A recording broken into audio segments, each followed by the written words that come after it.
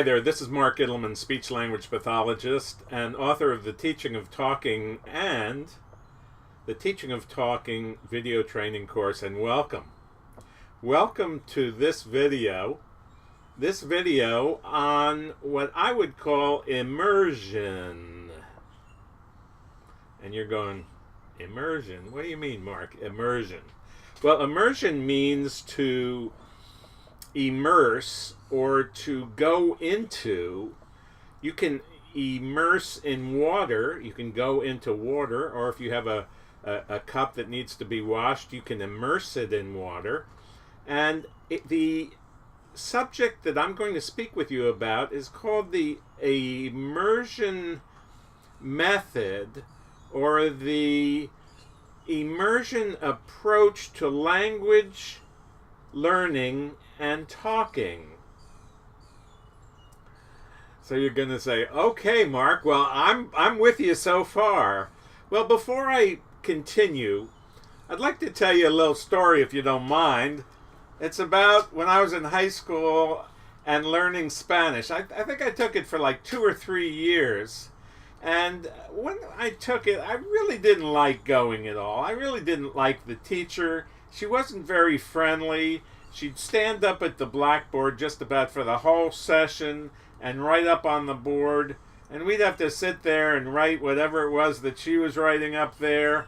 And when her back was to us, golly gee, we just weren't really into the conversation, if you know what I mean. But we did what we were supposed to do. We took our notes and we got our flashcards and we learned all the vocabulary, if you want to call if you want to call it that. I don't know. When we were in high school, you know how it is when you're in high school a little bit. But anyway, so we did our best to learn Spanish, and we practiced our flashcards.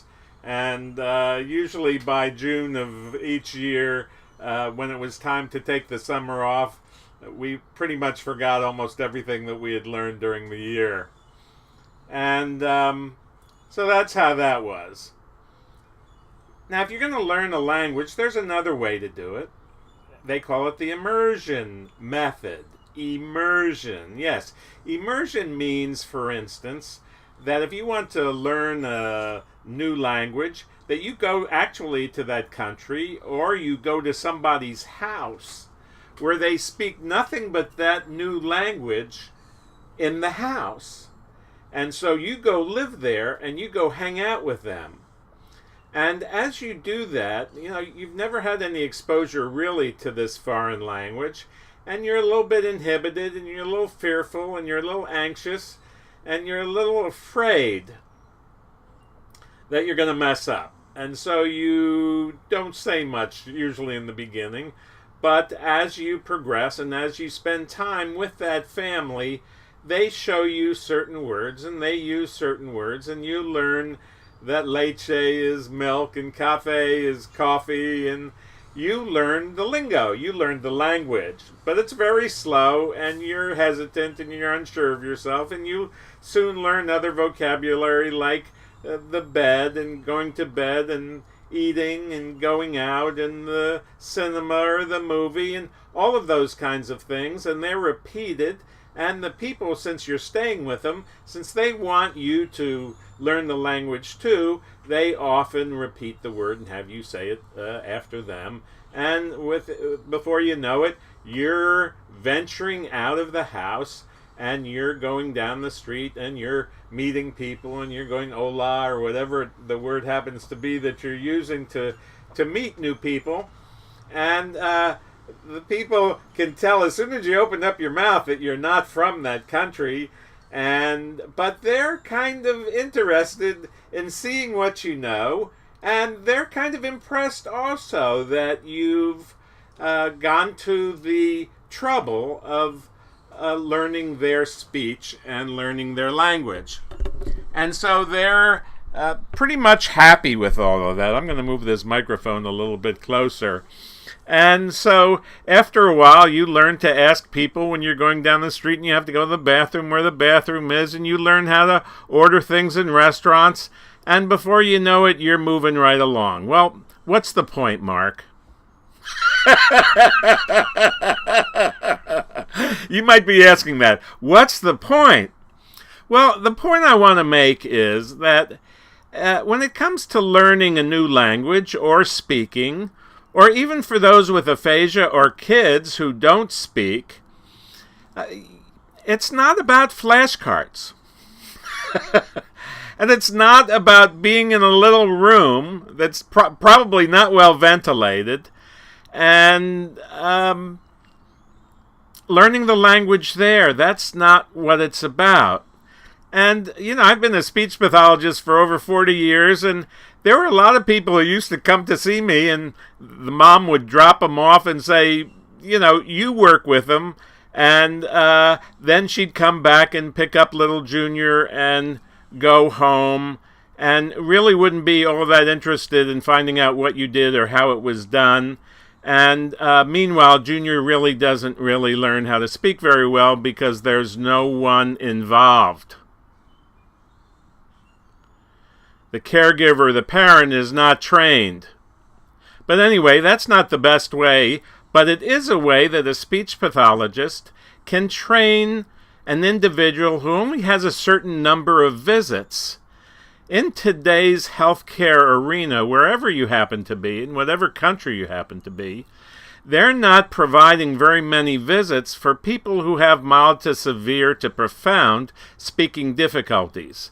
And therefore, you may be only under the auspices of a speech pathologist or under the care of a speech pathologist for a very short period of time. And that's why speech pathologists now are learning the teaching of talking method, because they only have a very limited amount of time to work with you.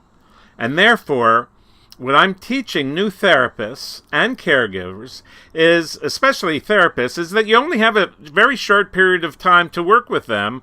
So you've got to train the caregivers to do what you do, and you've got to train them so that they can really do it well.